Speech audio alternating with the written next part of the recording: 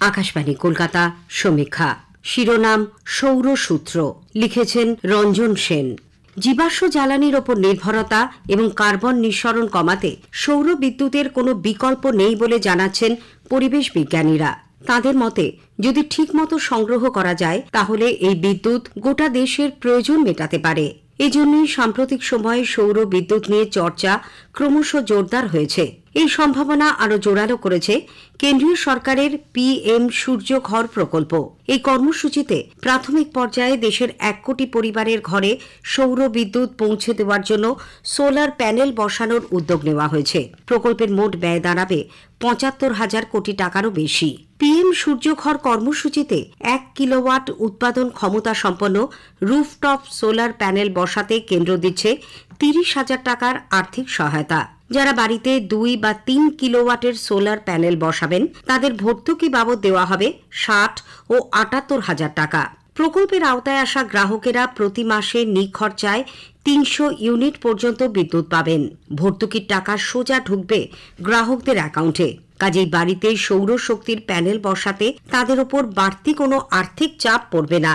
শক্তি বিশেষজ্ঞদের মতে ভারতের মতো দেশে সৌর বিদ্যুতের সম্ভাবনা বিরাট। স্বাভাবিক কারণে যেখানে বিদ্যুৎ সরবরাহ সীমিত সেখানে সৌর বিদ্যুৎ একটা নির্ভরযোগ্য বিকল্প হতে পারে। সবচেয়ে বড় কথা, এই জ্বালানি দূষণমুক্ত, স্বচ্ছ। ভারতীয় পুনর্নবীকরণযোগ্য শক্তি ক্ষেত্রের বিশেষজ্ঞদের মতে আমাদের দেশে বছরে ৫,০০০ লক্ষ কোটি কিলোওয়াট সৌরশক্তি উৎপাদন করার ক্ষমতা রয়েছে। ঠিক এই জায়গাটাতেই আশার আলো দেখছেন পরিবেশ বিজ্ঞানীরা। তারা বলছেন এটা সম্ভব হলে দেশের জীবাশ্ম জ্বালানির ওপর নির্ভরতা কমবে, কার্বন নিঃসরণ কমানোর কাজও অনেকটাই এগিয়ে যাবে। সোলার ফটোভোল্টিক সেল সূর্যের আলোকে সরাসরি বিদ্যুতে পরিণত করতে পারে। এই প্রযুক্তি খুব একটা জটিল নয়, তাই মানুষের পক্ষে সৌর বিদ্যুৎ ব্যবহার করা সহজ। রিভ্যাম্পড ডিস্ট্রিবিউশন সেক্টর স্কিম বা RDDS এর অধীনে বন্টন ব্যবস্থায় কারিগরি উন্নতি ও বাণিজ্যিক ক্ষতি কমাতে যে উদ্যোগ নেওয়া হয়েছে তার সুবিধাও পাবে সূর্য ঘর প্রকল্প। পাশাপাশি এই প্রকল্পে রসদ সরবরাহ, বন্টন ব্যবস্থা, বিক্রি, ব্যবস্থাপনা ও চালু করা ইত্যাদি কাজে প্রায় ১৭ লক্ষ মানুষের কর্মসংস্থানের সুযোগ সৃষ্টি হবে। সৌরশক্তি ব্যবহার মানে পরিবেশ বান্ধব ক্লিন এনার্জিতে বিনিয়োগ, যা দেশে জলবায়ু পরিবর্তনের প্রভাব কমাতেও সাহায্য করবে। পরিবেশকে সুরক্ষিত রেখে ব্যবহারিক জীবনে আরও স্বাচ্ছন্দ্য ও সুবিধে যোগ করবে এই প্রকল্প। একটা কথা মাথায় রাখতে হবে, উদ্দেশ্য মহৎ হলেও আমাদের দেশে বহু প্রকল্প পরিচালনার ভুলে জনমুখী হয়ে উঠতে পারে না।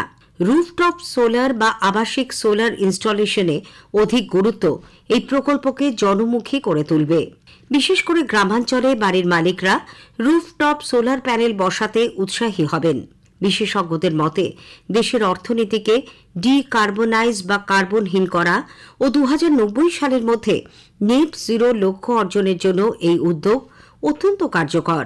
প্রযুক্তিগতভাবে গ্রামীণ এলাকায় সৌর বিদ্যুৎ ব্যবস্থা চালু করা সহজ। এই সম্ভাবনাকে কাজে লাগিয়ে একটা পরিবেশ বান্ধব বিদ্যুৎ ব্যবস্থা নিশ্চিত করা যায়। ডিজিটাল যুগের সুযোগ সুবিধের সদ্ব্যবহারে গ্রামীণ ভারতে নিরবচ্ছিন্ন বিদ্যুৎ পাওয়ার সুযোগ এর ফলে আরও বাড়বে। যে হারে দেশে সৌর ও বায়ু শক্তির উৎপাদন বাড়ছে তাতে ২০৩০ সালের মধ্যে ৫০০ গিগাওয়াট পুনর্নবীকরণযোগ্য শক্তি উৎপাদনের লক্ষ্যমাত্রা অর্জন ভারতের পক্ষে অসম্ভব নয়। বিশেষজ্ঞদের মতে সরবরাহ ও বন্টনের সময় বিদ্যুতের অনেকটা অপচয় হয়, ফলে খরচ বাড়ে, চাপ পড়ে গ্রাহকদের পকেটে। সবথেকে ক্ষতিগ্রস্ত হন খুচরো গ্রাহকরা। বাড়ির ছাদে সোলার প্যানেল বসানোর মতো একটা বিকেন্দ্রীভূত ব্যবস্থা এই ছবিটা সম্পূর্ণ বদলে দিতে পারে। বিদ্যুৎ ব্যবহারে স্বনির্ভর হতে পারেন দেশের মানুষ। নেট মিটারিং চালু হলে বাড়তি বিদ্যুৎ গ্রাহকরা গ্রিডে ফেরত পাঠিয়ে দিতে পারেন। এর ফলে কমবে তাদের বিদ্যুৎ বিল। সবচেয়ে বড় কথা, বিদ্যুৎ ব্যবস্থা হয়ে উঠবে জনমুখী, খুলে যাবে উন্নয়নের অনন্ত সম্ভাবনার দরজা। সৌরশক্তি হয়ে উঠবে দেশের বিদ্যুৎ সংকট সমাধানের একটা সহজ সূত্র। সমীক্ষা শেষ হল। এটি লিখেছেন রঞ্জন সেন।